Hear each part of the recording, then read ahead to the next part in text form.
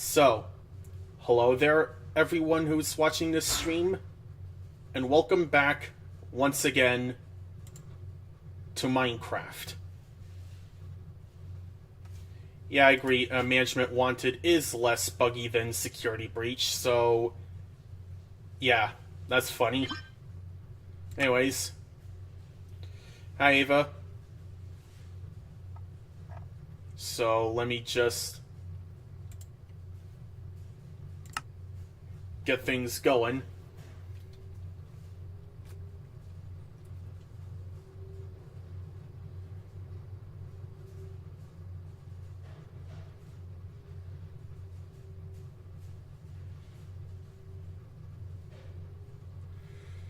Okay, here we are.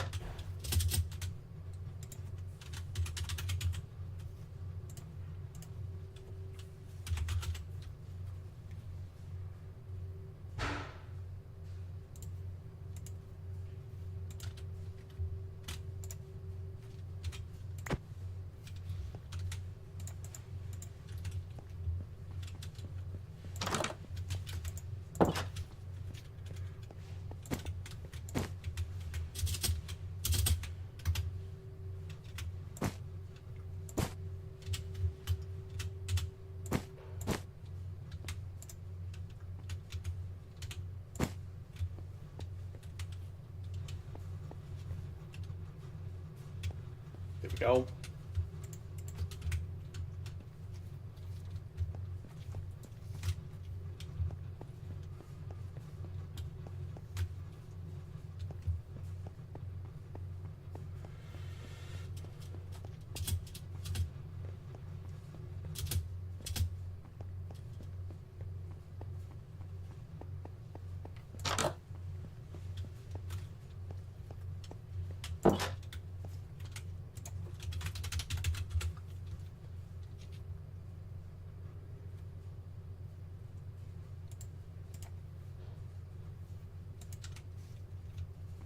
What is what, Dad?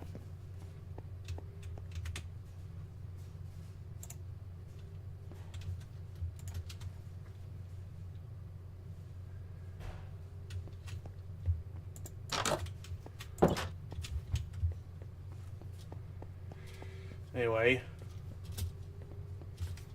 black thing in the box.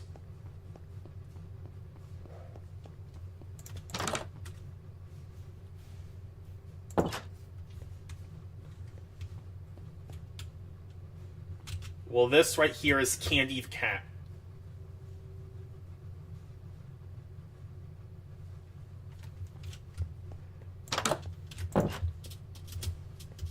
And over here is his twin sister named Cindy the cat.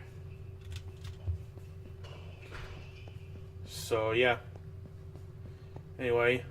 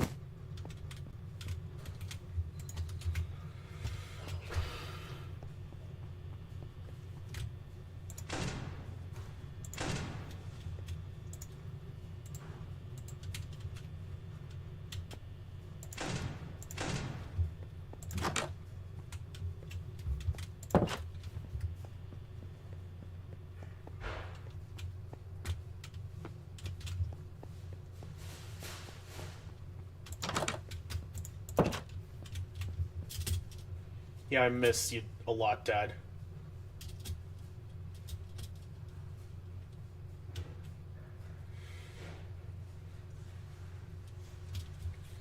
So anyways,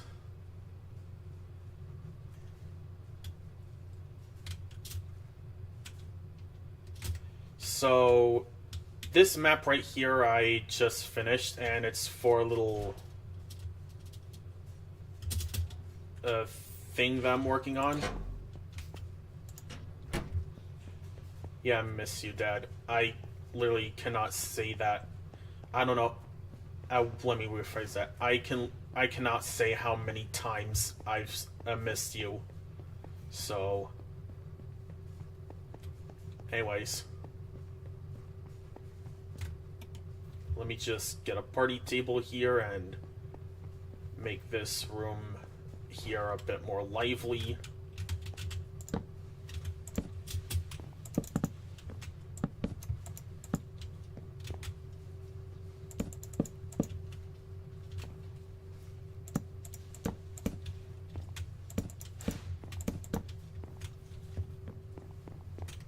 One, two.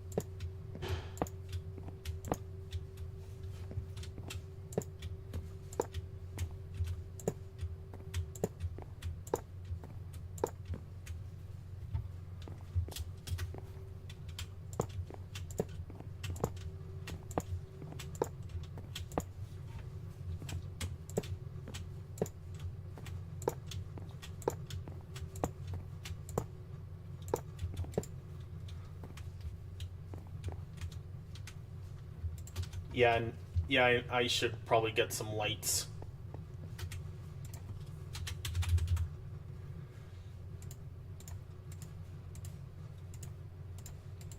Let me get some of this, and there's just...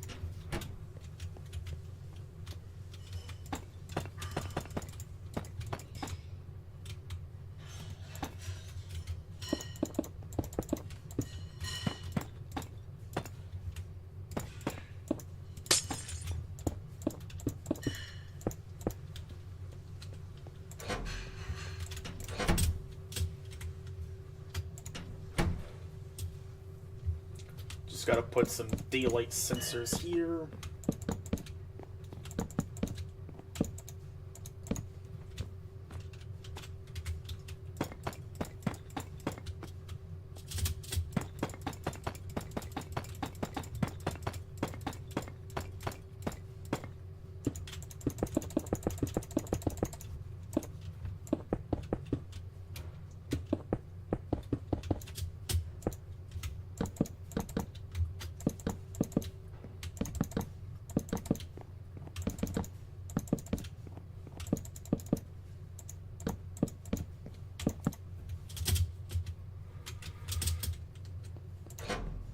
There we go. We've got light in this room. Now to add lights to the rest of the map of this building.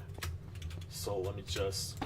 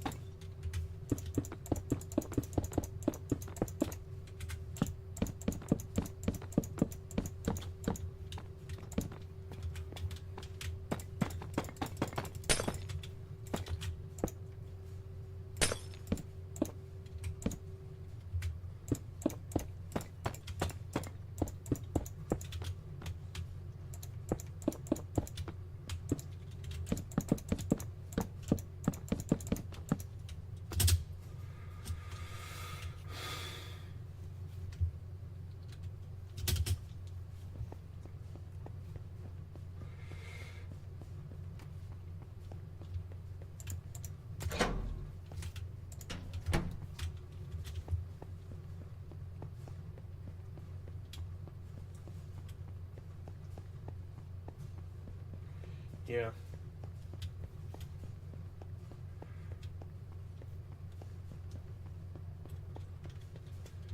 Now to add some light here.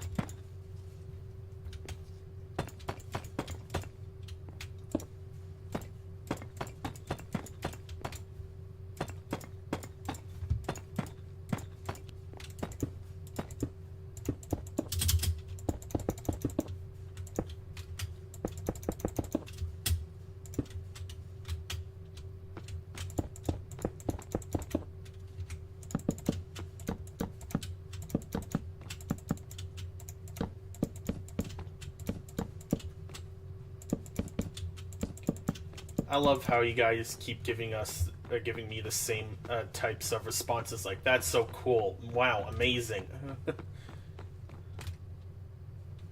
Hold up, let me just...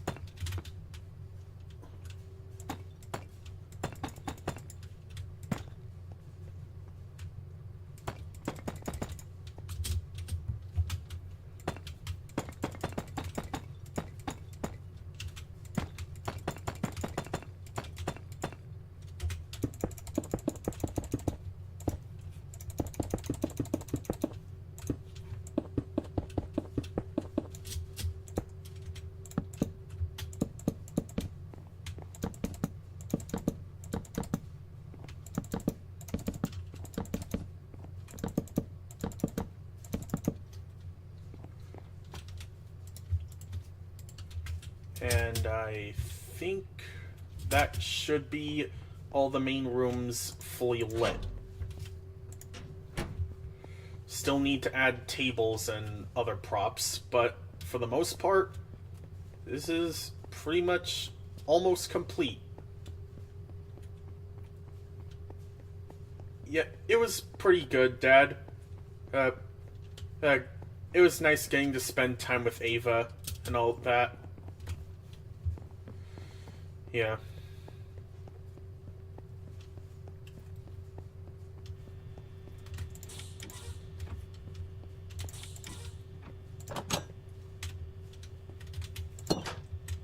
Yeah.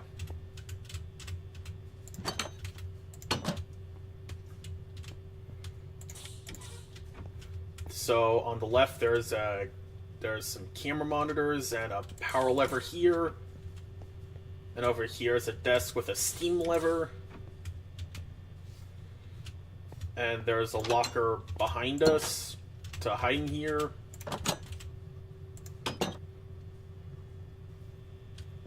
Yeah, we really should, Ava.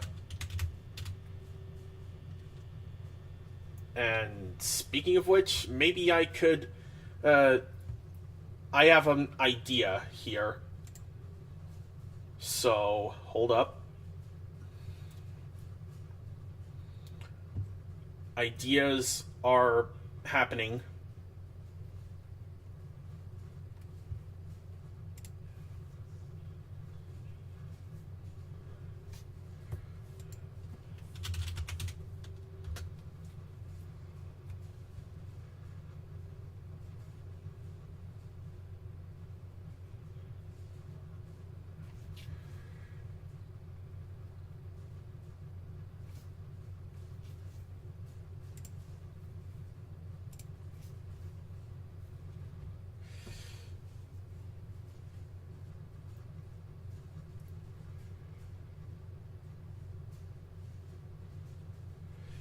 So Ava said we should go read by the lake sometime together, and that just gave me an idea. So let me just go over here, and then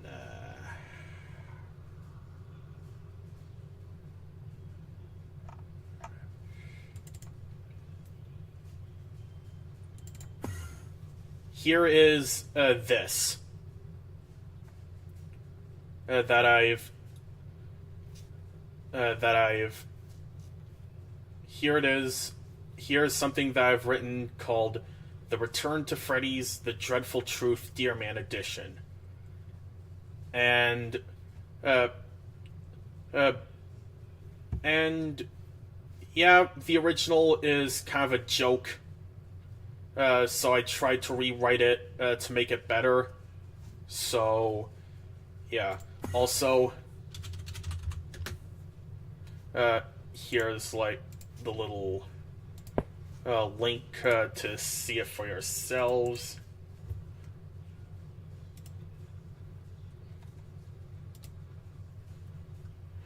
So here we go. Reading time in 3, 2, 1, go.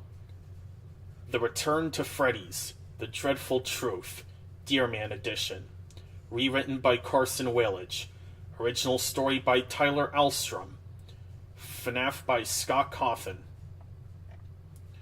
Chapter 1. The Start of It All. The date is March 25th, 1963. In a world where the economic crisis of the 1930s and World War II never happened, a Japanese hospital facility known as the Gilbert Facility was trying to find a way to stop a highly mutated avian flu. There was sadly no cure for this plague. The employees agreed on the only plan they could find. The plan was to transport the soul from the infected body to a human-like object. They brought in 3 infected test subjects that were willing to be a part of the experiment. They were known as patients 20, 48, and 63. The employees placed each of the 3 patients inside a bed that was connected to a bunch of needles and tubes. The engineers also built 3 animatronics that were able to contain a human soul.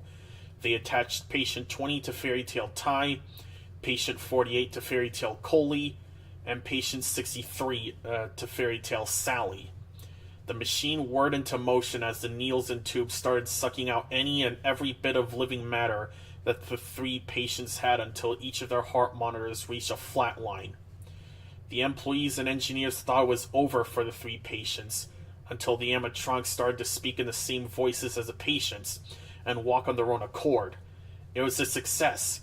Everyone in the building was excited beyond belief to see that the 3 patients don't have the plague anymore.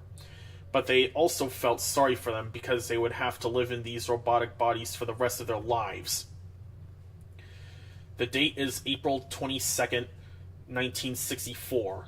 The owner of the Gilbert facility, Gilbert, was in a state of dying from old age. His son, L.A., was starting to feel worried for his dying father. L.A., said Gilbert in his dying breath, would you please take this as my final wish? Yes, I'll do anything for you, my father, L.A. replied, with tears leaking from his eyes and dropping onto Gilbert's body. Could you continue the plans for a machine that could give eternal life to any and current and future patients that had their souls transported? Gilbert asked, as he was starting to close his eyes. I love you, father, said L.A. Gilbert didn't reply to him. L.A. was in tears, but he knew what he had to do. He went up to a nearby group of employees and told them everything about Gilbert's final wish. It's been 7 months since Gilbert's death, and at long last, the life-giving machine was finished. The news for the cure to stop the mutated avian flu started to spread throughout Japan, and eventually the rest of the world. One day, however, the Gilbert facility got a phone call from someone in America. L.A. went to pick up the phone, since he was the only one in the room with a ringing phone. Hello, this is the Gilbert facility. How can we help you? Asked L.A. Hello there, said a raspy and sinister voice. Who are you? Asked L.A., feeling a bit uncomfortable with the voice. My name is Albert Joseph Jr., and I would like to make a request, Albert said. And what is this request you're talking about? Asked L.A. My request is that you hand over that life-giving machine to me. Don't worry, though. It'll be in good hands, Albert replied with a slight chuckle. I'm sorry, but that machine is a permanent property of the Gilbert facility. We're sorry if we disappointed you with a response to this request of yours. Goodbye. Have a nice day, said L.A. as he hung up the phone.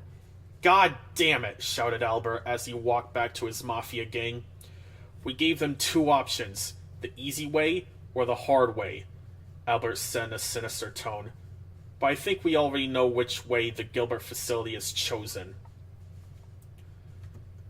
Chapter 2. The Consequences. The date is November 24th, 1964. Albert and his mafia gang arrived safely at the Tokyo port side. They had already sneaked in their weapons and ropes on the trip from America to Japan. They went over to a truck rental area and rented a truck to head over to the Gilbert facility so that they could carry the machine over to a cargo boat. They arrived at the Gilbert facility in the span of an hour, and Albert went over to call L.A. again.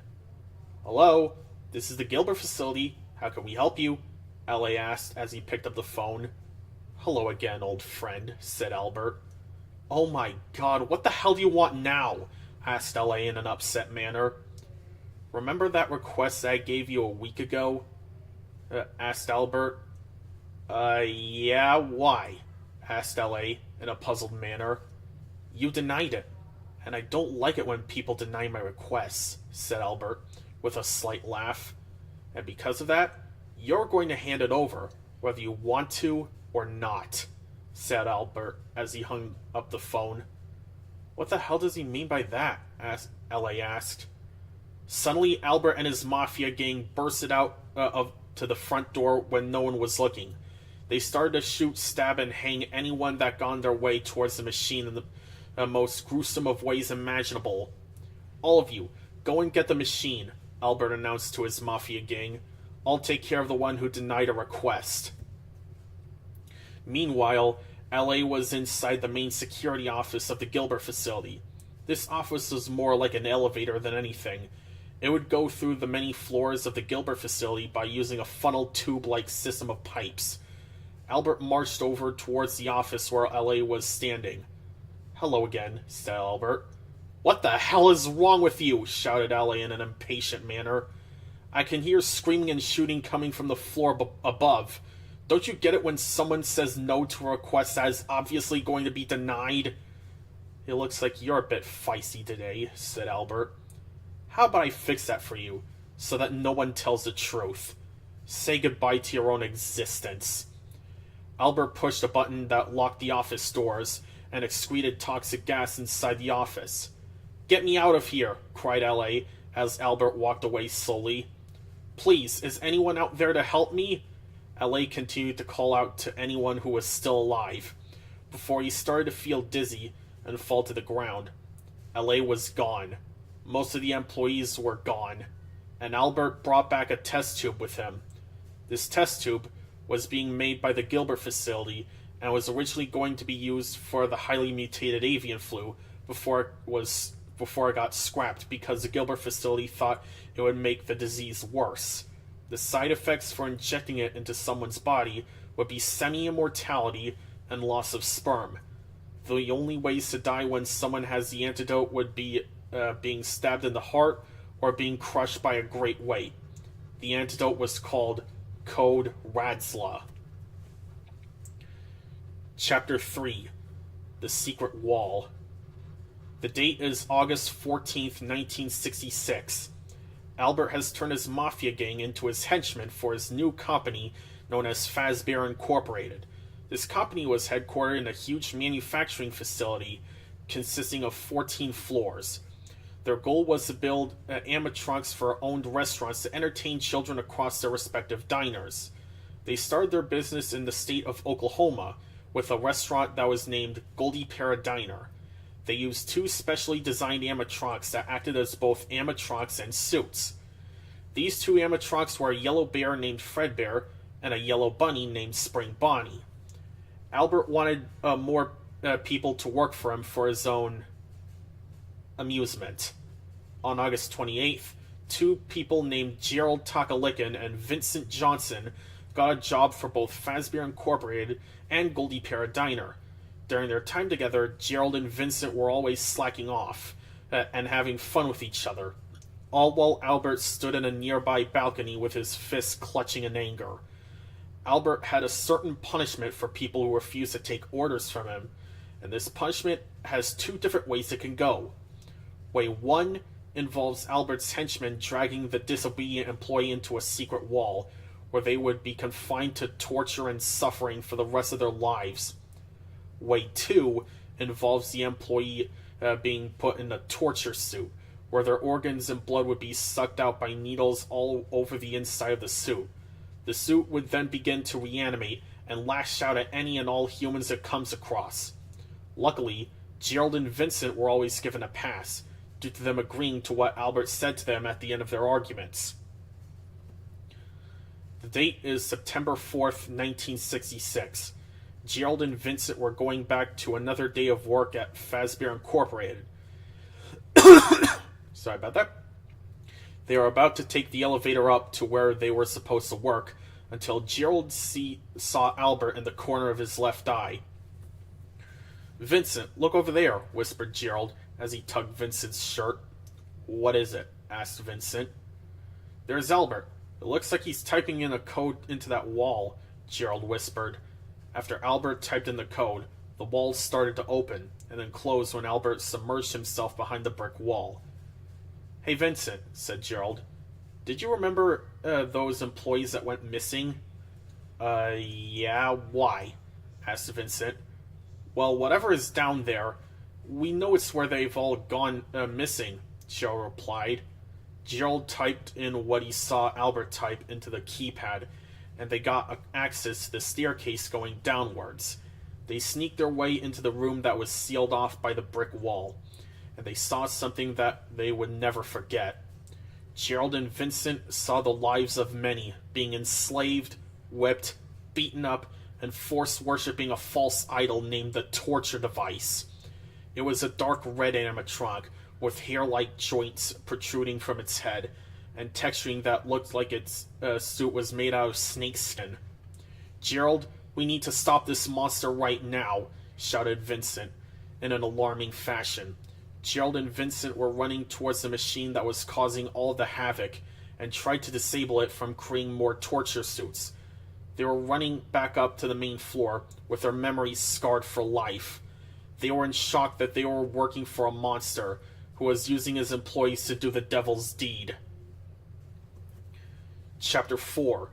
The End of a Life, The Birth of a Spirit. The date is November 5th, 1966.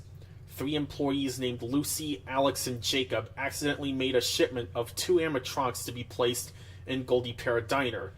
When the 2 suits got there, the owner of the building was confused about the blueprints for these 2 new suits. Their endoskeletons seemed very different from the 2 golden springlock suits they already had for the diner. Lucy, Alex, and Jacob decided to go up to floor 9 out of curiosity, and what they saw brought them all in shock. There were meat cleavers and chains on the ceiling, large butcher knives on the walls, and pieces of organs all over the floor. They felt like they were about to puke. They ran back to the elevator as fast as they could, until they saw Albert blocking the doors. "I thought you 3 understood that this floor is off limits," Albert said in an angered manner. "Did you really think you could get away with this? You silly, insignificant little pigs. This is my facility, and I make the rules here." "We're sorry. Please let us go," said Alex in a desperate manner. "We have kids to feed, lives to spend, and friends to hang out with. Can you please spare us like you did with Gerald and Vincent?" There was a long pause before Albert broke the silence. "Bet on it." Albert grabbed a nearby rusty pipe and smashed it across Lucy, Alex, and Jacob's heads to the point where blood was leaking out of their nostrils and mouths.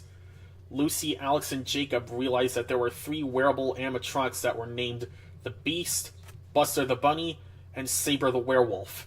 They got inside each of the 3 members of the Slaughter Crew and started to realize that they couldn't get up. I, I'm stuck, said Jacob. Get us out of these things, Lucy added. Albert did nothing but laugh in a maniacal tone, with a slight grin on his face. You dumbasses, said Albert. When a person enters a torture suit, it automatically activates torture mode. So to put in simpler terms, you're not getting out. Albert brought out a remote device from his right pocket. See this button here? Asked Albert. I'm going to press it, and I'm going to watch you die as you scream my name. I'll watch as your families wonder why you didn't come home for a warm meal. I'll watch as your families wonder why you never came back home to say goodnight to your children. Goodbye, fools. It was a shame that it had to come to this. Albert pressed the button, and the torture suit started to suck out every bit of Lucy, Alex, and Jacob's organs and flesh with needles all over around the insides of the suit. Anyway. The date is December 20th, 1966. Gerald and his family had just packed their bags for their Christmas trip to Los Angeles, California. Gerald was starting up the car until his wife, Linda Takalikin, spotted a light blue car in the distance. Gerald, you should probably back up as soon as you can. I feel like that car is coming straight towards us, said Linda. Wait, what? Asked Gerald in a worried manner. We need to get out of here now, shouted Linda. Gerald and his family tried to get out as soon as they could, but they were too late. The light blue car rammed right into their green car, and it got Gerald and his family injured to the point where they would need to get to a hospital bed. Albert got out of his car and whispered to Gerald while he was still unconscious. This moment, right here, will tell you to never screw around with me and my business ever again. Luckily, someone in the neighborhood saw this happen and called 911. Albert ran out of the crime scene as soon as possible and went to put on some new clothing so that he didn't get caught. 1 day later, Albert was at a meeting with his henchmen at Fazbear Inc. George, Albert said to one of his henchmen, I need you to finish my deed of giving Gerald the punishment that he and his family deserves. Sure thing, boss, George replied. Good. Now go get a doctor's cosplay and make up some sort of fake persona, said Albert. Okay, bye, boss, said George. Goodbye. Don't fail me. Or else, Albert replied. Meanwhile, Gerald, Linda, Charles, and Jackson were all in hospital beds, with life supporters attached to each of the hospital beds. The doctors in the room were keeping track of their recovery, when suddenly the intercom voice told them to get out because a, quote, professional doctor, end quote, was coming to help the patients. When George got inside the room, he went over and whispered to Gerald, You shouldn't have become a member of the Fazbear Inc. family. He went over to Linda's life support system and stared back at Gerald. No, don't you dare, shouted Gerald in a weak tone. But George had already proceeded to tear off the tubes that were connected to Linda, killing her in the process. Before Gerald could say anything about what happened, George hit him on the head, causing Gerald to become unconscious. What's going on in there? Shouted one of the real doctors, as George quickly got out of the hospital. They saw what George had done, and quickly got everything repaired as much as they could. When Gerald, Charles, and Jackson finally awoke from their comas, the doctors told Grant that they weren't able to save Linda. Gerald quickly ran towards Linda's bed and whispered in her ear, I'm so sorry for what he did to you. Gerald? Asked one of the doctors. What is it? Asked Gerald, with a slight sniffle in his nose. Due to how much money was paid for the damages done to your car, you unfortunately don't have enough money to keep one of your 2 kids. The doctor replied. Gerald stayed silent for 5 seconds, until he finally responded with, I'll take care of Jackson, since he is older than Charles. Charles went up to Gerald's leg. I love you, Daddy, said Charles. I love you too, Charles. Chapter 5. Life is but a butterfly's dream. From that moment onward, Gerald was at his breaking point. However, due to him only having 1 kid left, He tried his best to be as sane as possible, even after what happened to his family. With what little money he had left, he decided on giving Jackson the only gift he could afford, a black staff with a yellow ball at the end. Jackson enjoyed the gift and cherished it for the rest of his life. The date is February 2nd, 1967. Gerald decided to go to Goldie Pear Diner to get a few drinks and hang out with a few of his friends for the night, but not without giving Jackson a note in the living room. Dear Jackson, Daddy is going out with a few of his friends for the night, so that's why he's not here with you. Since you're old enough to stay in the house, you can go and put yourself to sleep, just to make Daddy proud that you did something for yourself. Daddy will be back in a few hours. Love, Daddy. Jackson was getting sleepy and had just started brushing his teeth. He usually started with the right side of his mouth, but he decided to start with the left this time. Once he was done brushing his teeth, he got his Beatles pajamas on and put himself to sleep while reading his favorite bedtime story.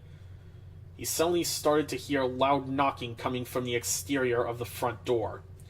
Jackson quickly went under the covers of his bed in order to hide from whoever was coming to get him. The door burst open, and the criminal's footsteps grew louder as they approached Jackson's bedroom. Gerald arrived safely at Goldie Pear Diner. He was about to open the front doors of the restaurant until he saw Norman Afton driving into the parking lot with his sleek purple car. Come on, you know you can't be here. Don't make this more difficult than it has to be, said Gerald in an upset manner. Fine, be that way, Norman replied, and he went back to his car and drove off to his house. Gerald shrugged his shoulders and went inside without hesitating. Everyone at Goldie Pear Diner were having a great time. The owners of the restaurant would only do these kinds of late-night parties during special occasions, like an anniversary or a long-time employee's goodbye party. Some employees were passed out from all the drinks they took. Some were watching the animatronics playing their songs, and some were having conversations with each other that seemed to go on forever. It's been an hour and a half since Gerald came to the party, and Vincent told Gerald, Look, Gerald, I'm so sorry for what happened to your family and all, so how about you forget all about your troubles and get happy over another nice refreshing drink of alcohol? Sounds good, said Gerald. While Vincent was preparing a drink for Gerald, he heard what sounded to be a kid behind him. Hey, said the kid, come with me. I want to show you something. Gerald didn't know how a kid that suspiciously looks like himself would get inside an adults-only party, let alone know where the back room was. Gerald felt an urge that caused him to follow the kid without thinking.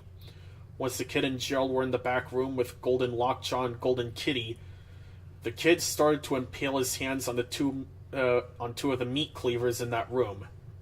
Join me, said the kid, as Gerald started to get closer to the other two meat cleavers.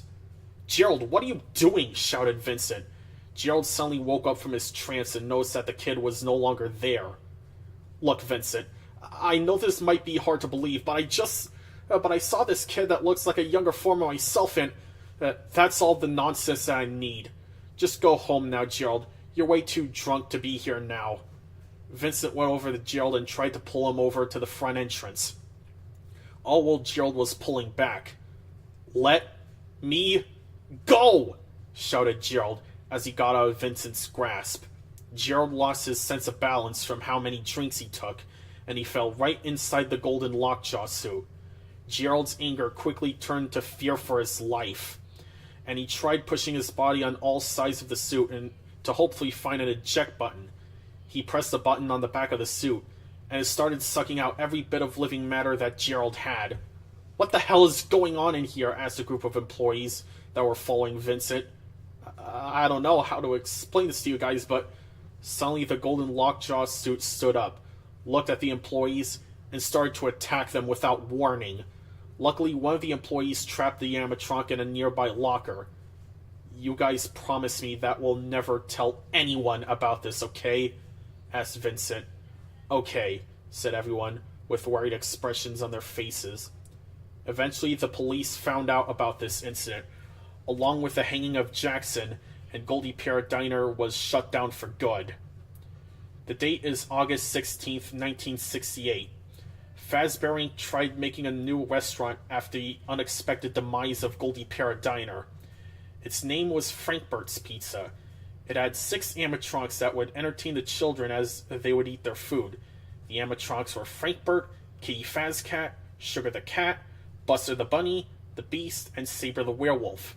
Unfortunately, the restaurant didn't succeed because the pizzas were stale, the water tasted like it was from a kitchen sink, and the animatronics looked like a bunch of spheres being put together by the simplest looking endoskeletons that you could find. Not to mention that there was a lawsuit from the Robotics Corporation who claimed that one of their animatronics, Sugar the Cat, was a plagiarized carbon copy of their very own Candy the Cat. It closed down a few months later because of bad service and past controversies. Chapter 6. The Age of Fredbear's Family Diner. The date is August 8th, 1973. After a long hiatus of making restaurants, Fazbear Inc. finally had enough money to build a proper establishment known as Fredbear's Family Diner. They were a huge step up from Frankbert's Pizza because they had better food and drinks, better looking animatronics, and the introduction of arcade games. Although there were some issues with the animatronics' designs, they still looked better than the last restaurant's designs. The original concept for the diner was to be a reboot of Goldie Parrot Diner, hence the name having Fredbear from GPD, but they didn't have enough money to rename the building, so they decided to stick with it until they got more cash to rename it. The animatronics for the restaurant were Freddy Fazbear, Bonnie the Bunny, Chica the Chicken, Foxy the Pirate Fox, the Puppet, Kitty Fazcat 2.0, Doug the Dog, and formerly Sugar the Cat. The reason for why Sugar is no longer a part of the roster is because 3 teenagers tore him apart, which resulted in him being placed inside the parts and services room. Vincent was given the role as the manager of this new establishment, with 2 new employees named Nathan and Roger working for the day shift and night shift respectively. On July 26, 1975, however, Roger was fired because he was sleeping on the job for his entire time being there.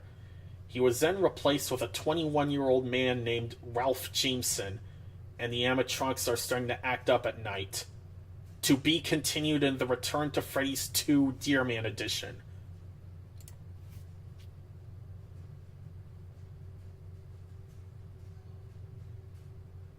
So yeah, that's it.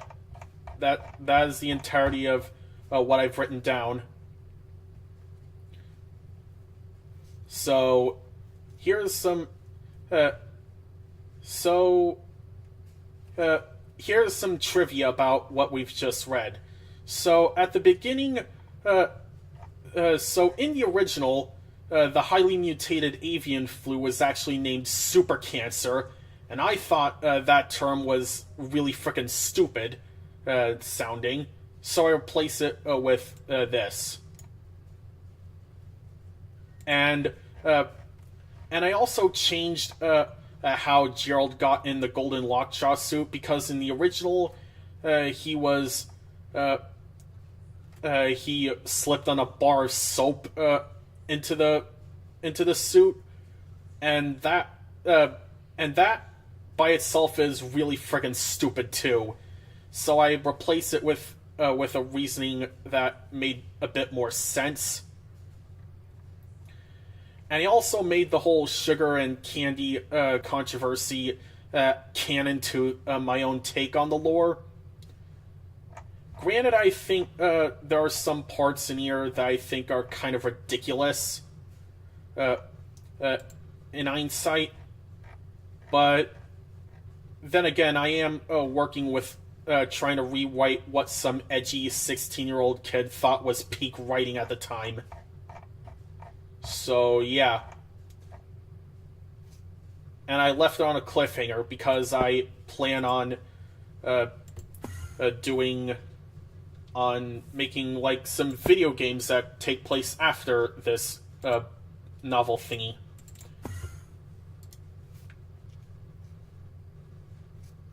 Hold up, let me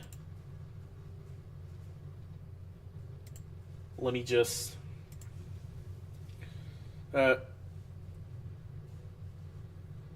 so here's some more trivia. Albert Joseph Jr. was originally named Allison Barron. Due to people assuming the main antagonist was a woman, I changed the name to one that sounds similar, but also more masculine. Charles Takalikin, after being sent to a nearby orphanage, is given to the Whalage family shortly after. He would later fall in love with a woman named Jan Doyle, and they started a family in the 2000s with Carson Whalage and Ava Whalage. Because in the original TRTF lore, Jackson was the one that ended up surviving instead of Charles. And he ended up having a son named Carson Takalikin. And since I want this take on the lore to be focused on my own personal experiences on life instead of Tyler Alstrom's, I decided to make this change here. And call me cringe for putting in a self-insert here, but who knows. Anyway. Haha. Yeah, haha indeed. I do have a sequel story that I've got here that I'm currently planning, writing. And it's called The Return to Freddy's Fulfilling the Prophecy, which is my own personal take on the events of TRTF 5.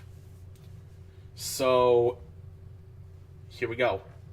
This is all I got so far. Can you hear me? Said a deep voice in the distance.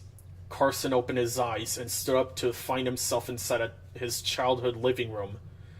The room had a wooden couch draped in white sheets and pillows, a wooden glass coffee table in front of the couch, a black CRT TV at the other end of the room, a pinboard covered in children's drawings and legal documents, and two hallways which were very close to each other on the top right corner of the room, which led to the kitchen and office respectively. "Find me," said the voice, followed by a low gurgling roar of a lion. Carson didn't know what was going on inside this nightmare anymore, so he chose to go find this being anyways.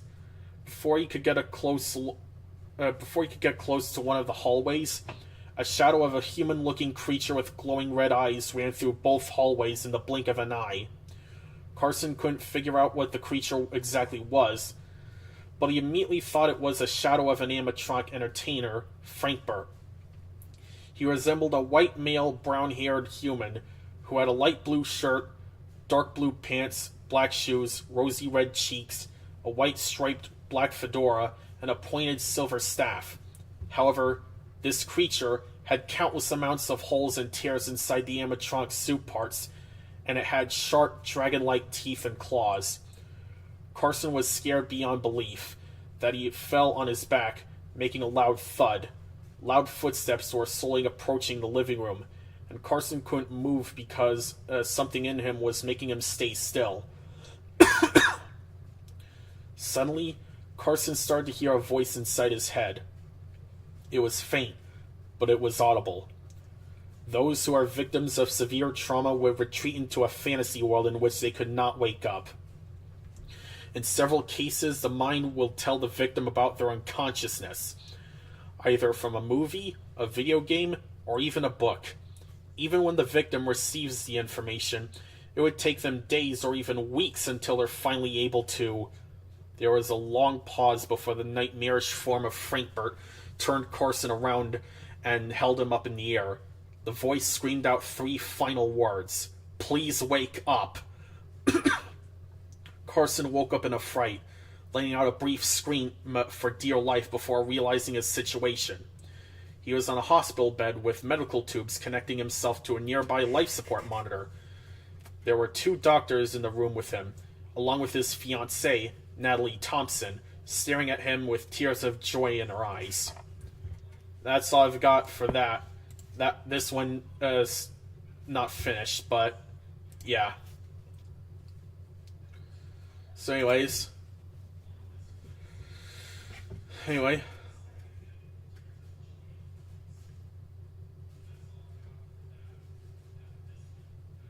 Anyway, let me just get over here.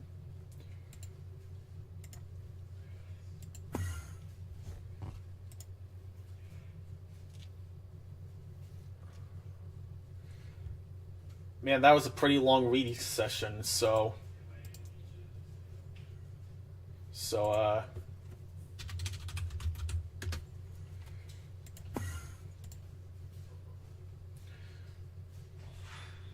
Okay. This might take a while. Yeah, so that was... I think that what I wrote there was kind of okay, but keep in mind this is only the start. Things get wild later on. Arrived where?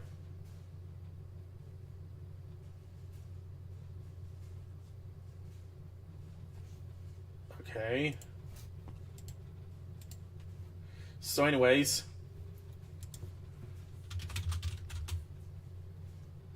let me just type. Come on.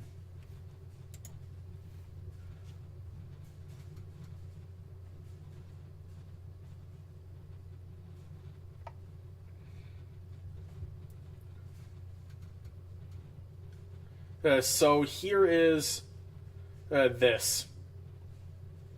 Here is Carson's wiki entry on the official TRTF wiki. Carson was meant to be the main protagonist of the Return to Freddy's 5 story mode, prior to the game's cancellation. He was a police investigator who accepted to venture through Fazbear Incorporated to hunt down and kill Albert, and end all the torture and suffering he has done to the innocent people that ever worked in his factory, to end the prophecy. He was the son of Jackson, the nephew of Charles, and the grandson of Gron and Linda, Gron being the original name for Gerald.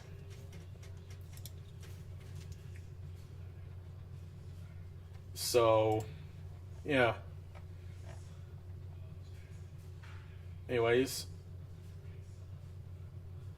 There is a lot of cool stuff here.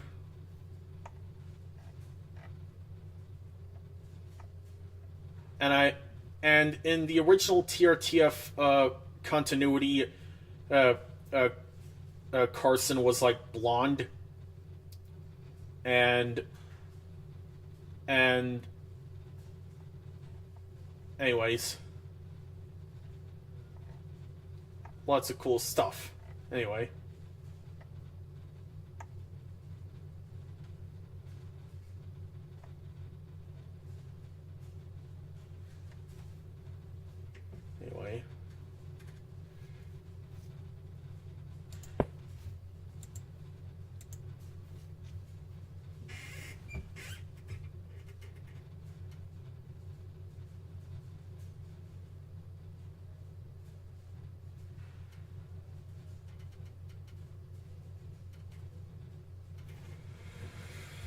Yeah. So this right here is the official page for my rewrite. This is my own personal rewrite for the story of an infamous FNAF fan game series called The Return to Freddy's. This also acts as a prequel to the remakes that I'm doing as well.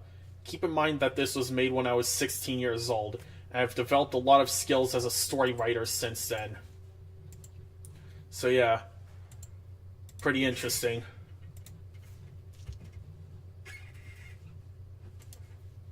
Anyways, here are the itch.io pages for TRTF 1, 2, 3, and 4.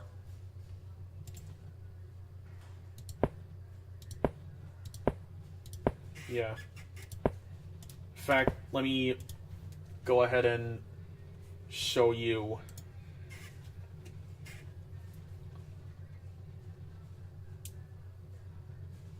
this.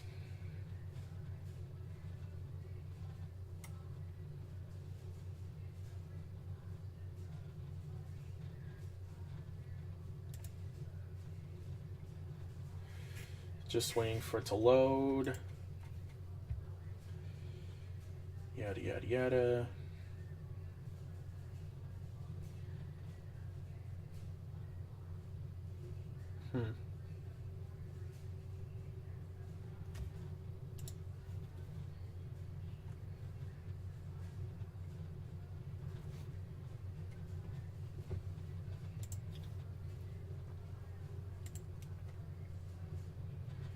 I can't wait to show you what I've got. I can't wait to show you all the stuff that I've planned for all of this when I get to Houston with you, Dad.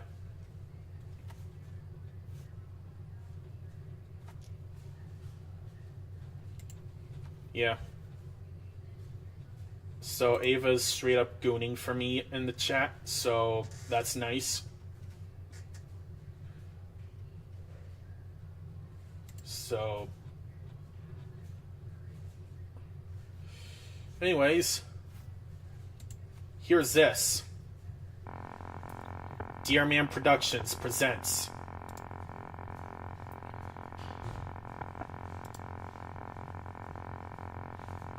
there is a disclaimer.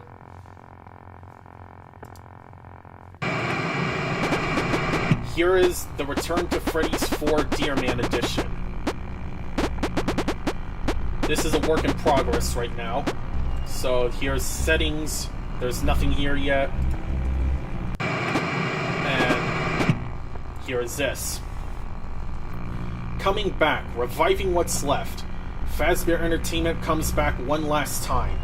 Back in 1998, 15 years ago, an unfortunate incident occurred at Fazbear Fantasyland involving 6 children being hugged to death by one of the animatronics, namely Frankbert.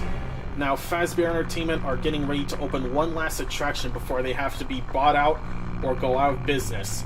The attraction is planned on being called Freddy Fazzy Fun Time. 12 a.m., first night. Here we are. Does this map down here look familiar to any of you? Because it should. Here's a monitor with a power lever and a map. Here's a locker and a steam lever.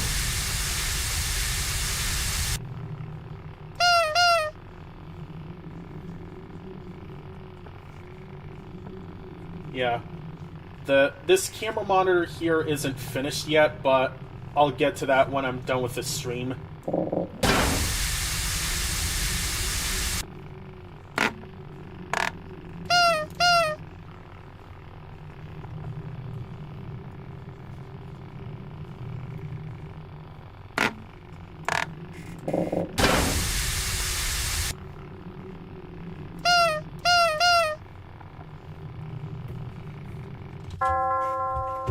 Just want to put in a cheat code there.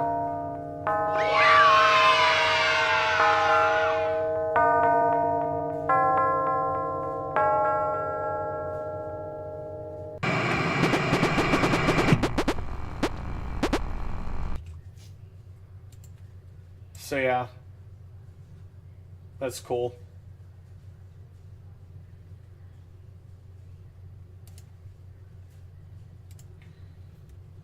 I also plan on doing classic mode for this.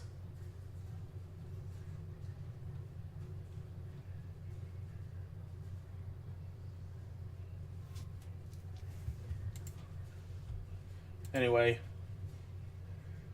Now here is this.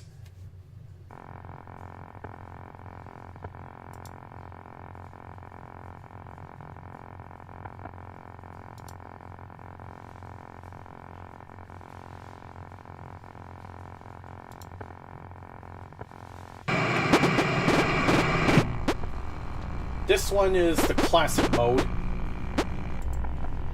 So, yeah. Anyway.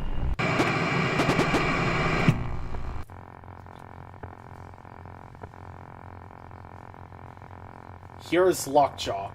Lockjaw, aka Frankbert, is the world's first ever animatronic that has been left for spare parts for decades. The child that possessed this animatronic was mentally abused and died in 1987 by a mysterious murderer and an insane jester. Lockjaw can also be seen in TRTF 1 as a puppet reskin, and TRTF 2. The child that possessed Lockjaw was also once the marionette. Lockjaw also used to play a huge role in the TRTF story. Lockjaw was also originally going to speak in TRTF 3 and 4, but that feature was never implemented. Fun fact, Lockjaw comes from an old diner/pizzeria in 1958 called Frankbert's Pizza. That location was left to rot and would soon become Fredbear's Family Diner. Freddy. Freddy Fazbear is the main attraction of Freddy Fazbear's Pizza. He was never meant to play music during TRTF 1 nor 2, but of course there had been a change in plans. Bonnie. Bonnie the Bunny is Freddy's guitar player for the band. Bonnie has always been somewhat aggressive in all the TRTF games for some odd reason. Probably because of Tyler's shitty/stolen code LMFAO. Yeah, I don't know why I put that last line there. Kitty Fazcat. Kitty Fazcat is a female showbiz cat. She starts in Party Room 2 in TRTF 2. Party Room 2 was originally going to be called Kitty Corner, but of course there had been a change in plans. Kitty has been in TRTF 2, 3, and now 4. Kitty is also a gift-giving animatronic and a replacement of Sugar the Cat, probably for the better. Fun fact, did you know Kitty Fazcat is a real person? She is also the original creator of Kitty. She also broke up with Tyler due to unforeseen circumstances. Golden Freddy. Golden Freddy has been throughout the whole TRTF series. He kills you in TRTF 1 and 2, and is just a hidden Easter egg in 3 and 4. Coley. Coley is an animatronic koala. He can be a bit aggressive as the nights go on. He was once a child and now lost in this monstrosity. Fun fact, Coley was originally created by Abel 744. Sally. Sally the animatronic panda is quite fast when the nights progress. She can also be pretty aggressive. Fun fact, Sally was originally created by Madame Fear. And here's Golden Lockjaw. Edgy line 'cause no one cares. Anyway. There's a custom night here. And an endless mode. So yeah. Pretty interesting, huh? Also,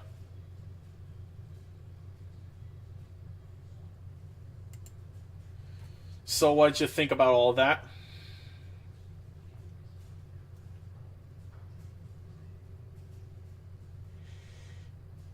Anyways, I was gonna do some development on this stream, but I think I'll call it for today. So, thank you guys for watching, and see you next time.